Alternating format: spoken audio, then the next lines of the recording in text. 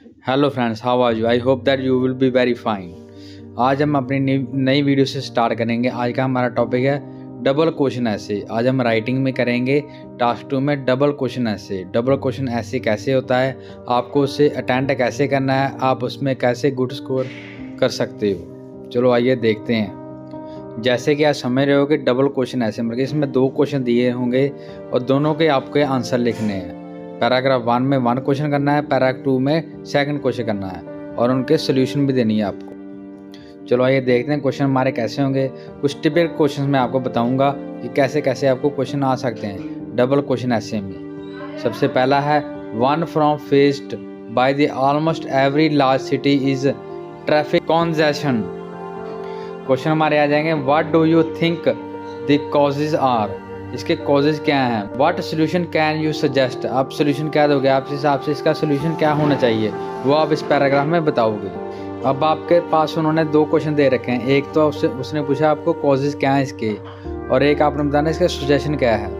दोनों को आपने प्रॉपरली एक्सप्लेन करना। नेक्स्ट हमारा क्वेश्चन कुछ इस तरीके से भी आ सकता है। नंबर 2 पे आ जाएगा since the beginning of the 20th century the number of endangered species have increased significantly and we have witnessed more mass extinction in this period than in any other period. State some reasons for this and provide possible solution. आपको इसमें इसके reason भी देने हैं और इसके आपको solution भी देने हैं। आपको अपने ऐसे में दोनों क्वेश्चन के आंसर देने हैं properly with the help of examples.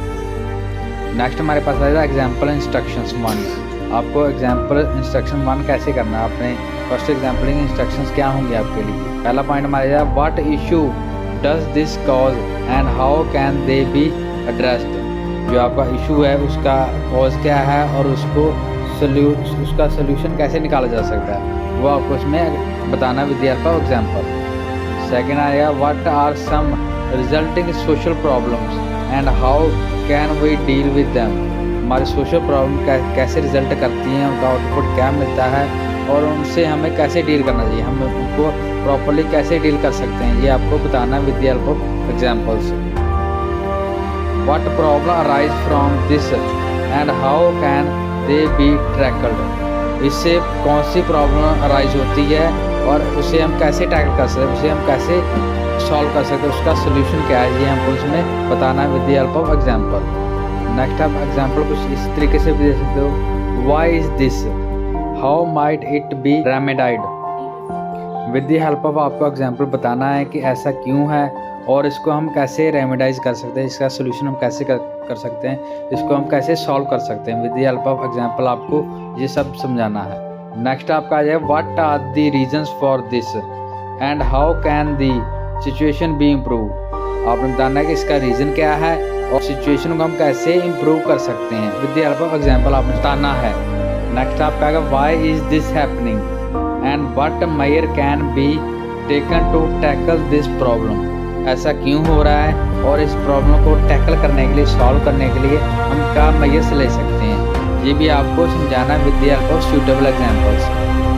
Next हमारे पास है कॉमन सिनोनिम्स। अब आपके पास कोई भी क्वेश्चन आता है आपको उसके सिनोनिम्स पता होने चाहिए। जैसे हम प्रॉब्लम के लिए क्या यूज़ करेंगे, प्रॉब्लम के लिए हम इशू भी यूज़ कर सकते हैं, रिजल्टिंग भी यूज़ करते हैं और सिचुएशन भी यूज़ कर सकते हैं। ये कुछ सिनोनिम्स हैं प्रॉब्लम के जो आप यूज़ कर सकते हैं। और वैसे ये कॉज के भी हैं, कॉज के लिए आप रीज़न भी यूज़ कर सकते हो और कॉज के लिए वाई भी यूज़ कर सकते हो। ये सिनोनिम भी आप यूज़ कर सकते हो। और लास्ट में है सोल्यूशन। सोल्यूशन के लिए आप क्या कर सकते हो, सिनोनिम यूज़ वो आप कर सकते हो deal with, addressed, tackled, remedied, improved, measures taken, solved, prevent. ये आप सारे सिनोनिम यूज कर सकते हो सोल्यूशन के। नेक्स्ट हमारे पास आ जाए difference between problem and cause. Cause और प्रॉब्लम में डिफरेंस क्या आता है ये आपको पता होना चाहिए। प्रॉब्लम क्या है और कॉज क्या है, इन दोनों का डिफरेंस आपको पता होना चाहिए। प्रॉब्लम क्या होती है, I have missed the last bus home after visiting my friend for the evening.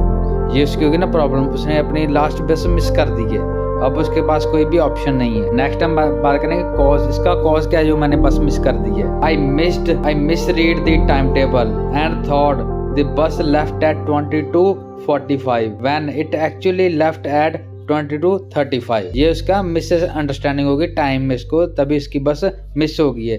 ये हो गया उसका कॉज। बस मिस हो गई है वो होगी प्रॉब्लम, बस क्यों मिस हुई है वो हो गया कॉज। नेक्स्ट हम बात करें 6 कॉमन मिस्टेक्स। अब 6 कॉमन मिस्टेक्स क्या करते हो डबल क्वेश्चन ऐसे में। फर्स्ट है confusing problem and cause question. आपको कंफ्यूजन रहती है प्रॉब्लम और कॉज ऐसे में, इसलिए आप सही लिख नहीं पाते हो। हैविंग टू मैनी आइडियाज, आपके दिमाग में बहुत सारे आइडियाज आते हैं, आपको पता नहीं चलता मैं कौन सा लिखूं कौन सा ना लिखूं, इसलिए आपको मेन 2 आइडियाज पे ही फोकस करना चाहिए। नॉट डेवलपिंग योर आइडिया, आप अपने आइडिया को डेवलप नहीं करते हो, आप उसका कोई प्रॉपर एग्जाम्पल नहीं देते हो, आप उसका कोई प्रूफ नहीं देते हो। Not developing both side of the argument equally, आप आर्गूमेंट के बोथ साइड को डेवलप नहीं करते हो। आप एक ही साइड को डेवलप करते हो, दूसरी को आप डेवलप नहीं करते हो, जबकि आपको दोनों आर्गूमेंट्स के एग्जाम्पल देने चाहिए। Not linking the problem and solution, आप प्रॉब्लम और उसको सोल्यूशन को लिंक नहीं करते हो, आप प्रॉब्लम कुछ और बताते हो और सोल्यूशन कुछ और बताते हो। ये प्रॉपर लिंक नहीं होते तो आपको बैंड स्कोर बहुत डिक्रीज हो जाता है। लास्ट पे नॉट बीइंग स्पेसिफिक इनफ, आप स्पेसिफिक इन्फॉर्मेशन नहीं देते हो, वो आप स्पेसिफिक पॉइंट के बारे में बात नहीं करते हो, इसलिए वो आपके बैंड स्कोर भी डिक्रीज हो जाते हैं। आपको स्पेसिफिक पॉइंट के बारे में बात करनी चाहिए और with the help of example देनी चाहिए और आपके पास उसका प्रूफ होना चाहिए।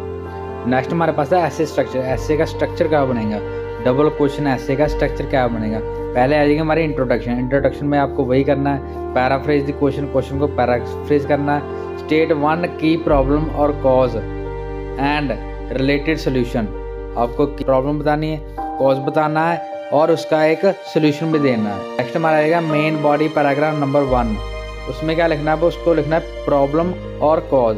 उसमें या तो प्रॉब्लम लिखनी है और या फिर कॉज लिखना है। इसका प्रॉब्लम क्या है, इससे कॉज क्या होगा, इससे क्या हो सकता है। पहले आ जाएगा टॉपिक सेंटेंस, स्टेट दी प्रॉब्लम और कॉज। आप उसमें क्या करना है, आपको प्रॉब्लम को बताना है प्रॉब्लम क्या है और या फिर कॉज को बताना है कॉज क्या है। फिर उसको आपने एक्सप्लेन करना है, एक्सप्लेन करने के बाद आपको उसकी सूटेबल एग्जांपल देनी है और एग्जांपल की हेल्प से आपको पूरा समझाना है, प्रूफ देना है। और नंबर 3 पे हमारे पास है main body paragraph number 2 solution. उसमें क्या देना, आपको सोल्यूशन बताना है जो आपने कॉज और प्रॉब्लम पूरा वाले पैराग्राफ में बताई है, बस सेकंड वाले में आपको उसका सोल्यूशन बताना है। पहले आ जाएगा टॉपिक सेंटेंस। आपका टॉपिक सेंटेंस क्या है, स्टेट द सोल्यूशन को आपने स्टेट करना है, सोल्यूशन है क्या। फिर आपने उसको सोल्यूशन को एक्सप्लेन करना है, एक्सप्लेन करने के बाद आपको उसको फिर एक्सप्लेन करना with the help of example, कुछ सूटेबल एग्जांपल देने। और लास्ट में हमारे पास है कंक्लूजन में आपको क्या लिखना है, कंक्लूजन में आपको लिखना है समराइज द की पॉइंट्स। आपके जो पैराग्राफ के की पॉइंट्स है उनको आपने समराइज करना है, आपके उसके प्रॉब्लम क्या है और सोल्यूशन क्या है, उसके जो की पॉइंट्स हैं आपको उसको कंक्लूजन में समराइज करना है। लास्ट में हमारे पास है 1 प्रॉब्लम, कॉज और 2। आपने या तो 1 प्रॉब्लम देनी है 2 प्रॉब्लम देनी है। चलो इसके पॉइंट्स कुछ हम डिस्कस करते हैं। पहला पॉइंट है most questions will state problems, causes and solution in plural.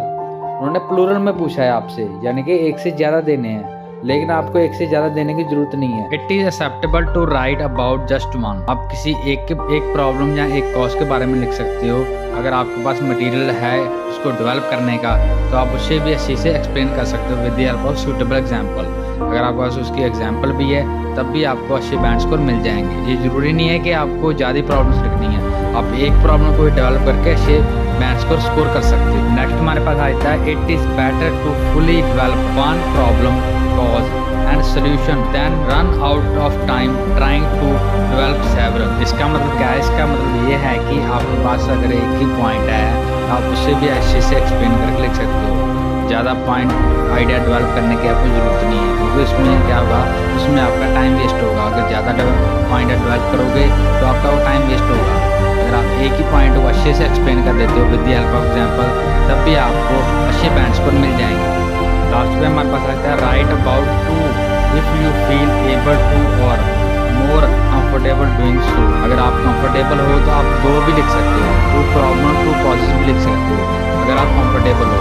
अगर आप अनकंफर्टेबल फील कर रहे हो, आपको लगता है कि आपके पास पॉइंट नहीं है एक्सप्लेनेशन के लिए, तो आप एक ही प्रॉब्लम या सोल्यूशन को एक्सप्लेन अच्छे से कर सकते हो। अगर आपके पास पॉइंट हैं तभी आप 1 से ज़्यादा प्रॉब्लम और 1 से ज़्यादा कॉज लिख सकते हो। अगर पॉइंट नहीं है तो एक ही प्रॉब्लम या एक ही कॉज को अच्छे से एक्सप्लेन करो with the help of example, तभी आपको अच्छे बैंड स्कोर मिल जाएंगे। थैंक यू फ्रेंड्स, ये तो था हमारा डबल क्वेश्चन ऐसे कैसे लिखना है, मैंने आपको पूरी वीडियो में अच्छे से समझा दिया है। आप दोबारा से रिवाइंड करके वीडियो भी देख सकते हो। Thank you for watching my video. Thank you very much. Please share and subscribe my channel. Thank you very much.